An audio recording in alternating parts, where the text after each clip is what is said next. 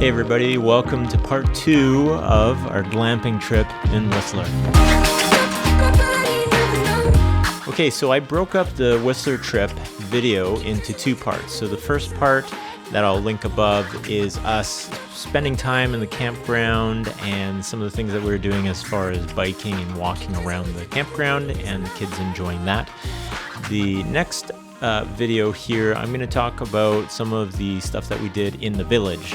Now, if you recall, it was raining for a couple of the days that we were out there, so our time in the village was a little bit limited, more limited than we usually would. We tend to go in every day when we're out there when the weather's nice, and we only got a couple of days in there. But the times that it was nice, it was great to get out there, and we were able to walk around.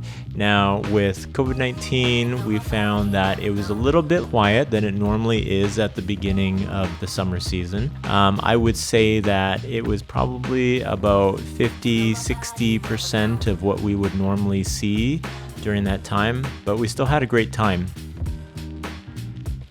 So we walked around the village, and we were still able to enjoy things around the village, like the playground. The kids loved the playground there, and they were able to go through the playground. Everything was open at that playground. And then we also just walked around the village, and we were still able to enjoy heading to Longhorns. So at the time that we went to Longhorns, the Whistler Bike Park had not yet opened, and it was still being worked on. It was opening up the next day, so we still sat on the patio at Longhorns. But one of the things that people do enjoy when they sit on the Longhorn patio is watching people come down from those last runs on the Whistler Bike Park. So we sat out on the patio. It was great weather out there, and just enjoyed some food and some drinks on the patio, and the kids were able to have a table all to themselves over there as well. So in that same day, we walked actually back through the village, and we picked up some Cow's ice cream. This is a favorite of the kids.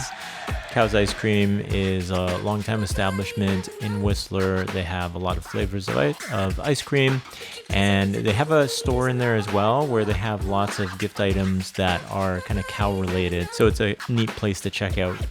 Now, when we got out of Cow's, after the kids finished their ice cream, we actually ran into this little puppy there, which was neat. It was a tiny little puppy. You could pick it up in one hand, and the kids loved seeing that. And then another day, we went out there and we enjoyed the Mexican restaurant that we love to eat at, and that is the Mexican Corner. This is just above the Zog Dogs, over pretty near Longhorns actually, at the base of Whistler Mountain. And we just love heading into there and enjoying a margarita or two. And they have a great menu on there for the adults, but they also have a great kids menu as well. Things that aren't spicy, that are very simple, like a cheese quesadilla. So the kids have an easy time eating those.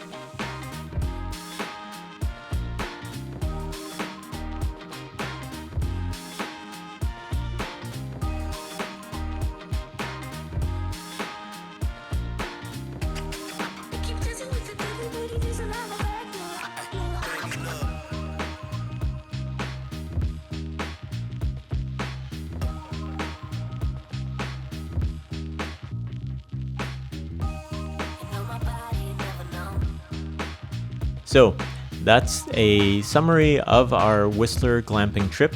Like always, we spend time in the campground, but we also spend a lot of time in Whistler Village. Riverside RV is a great place to stay because it's so close. You can bike from the campground over to the Whistler Village very, very quickly and enjoy the bike park and enjoy the village. So great place to stay. Whistler is a great place to hang out, and right now it's not super busy because of COVID, so I would say a great place to go visit without being overwhelmed by too many people. Thanks for watching, everybody. Please hit subscribe if you like this content. I will be coming out with more vlogs pretty soon, and I'll also have some content around the other things that I'm interested in, things like fitness, personal finance, and investing as well. So you will see that very soon on here. Thanks a lot, folks. See you next time.